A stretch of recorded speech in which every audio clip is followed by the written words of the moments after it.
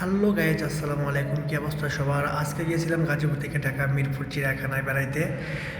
চিড়িয়াখানায় গিয়েছিলাম ফ্যামিলি সহ। সেখানে আমার মেয়েকে হরিণে পাতা খাওয়াইলো, খুবই হরিণগুলো শান্ত ছিল। সেখান থেকে মেয়েকে নিয়ে গেলাম একটু পার্কে থেকে মেয়েকে ঘুরে ফিরে দেন চলে গেলাম বাঘ মামাকে দেখতে। জাতীয় রয়্যাল বেঙ্গল টাইগার বাঘ।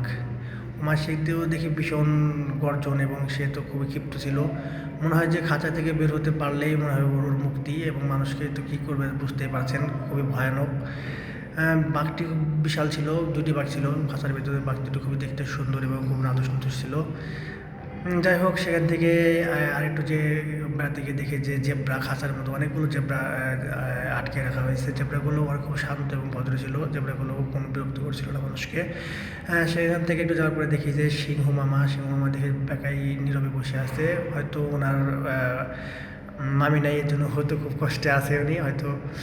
তারপর সেখান থেকে একটু যাওয়ার পরে দেখছি বানর, এগুলো নিয়ে পোষা বানর হয়তো খুব খেলা করছে। বানরটা ছোটো বাচ্চা থেকে হয়তো পোষা বানাইছে। বানরটা খুবই ভদ্রভাবেই ছিল, খুবই খেলা এবং আনন্দ দিচ্ছিল মানুষকে।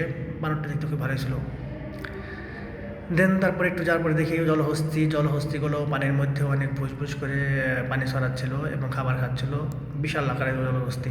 তারপর সেখান থেকে কিছুক্ষণ ঘোরার পরে দেখি যে সিংহ শুয়ে আছে এবং সিংহীকে হয়তো খাঁচাইতে আটকে রাখছে, যার জন্য গর্জন করছিল এর ভিতরে। তারপর সময় ফুরিয়ে এলো, সন্ধ্যা হয়ে এলো, পরে চলে আসলাম বাসার দিকে। এই ছিল আজকের ভিডিও। আসসালামু আলাইকুম।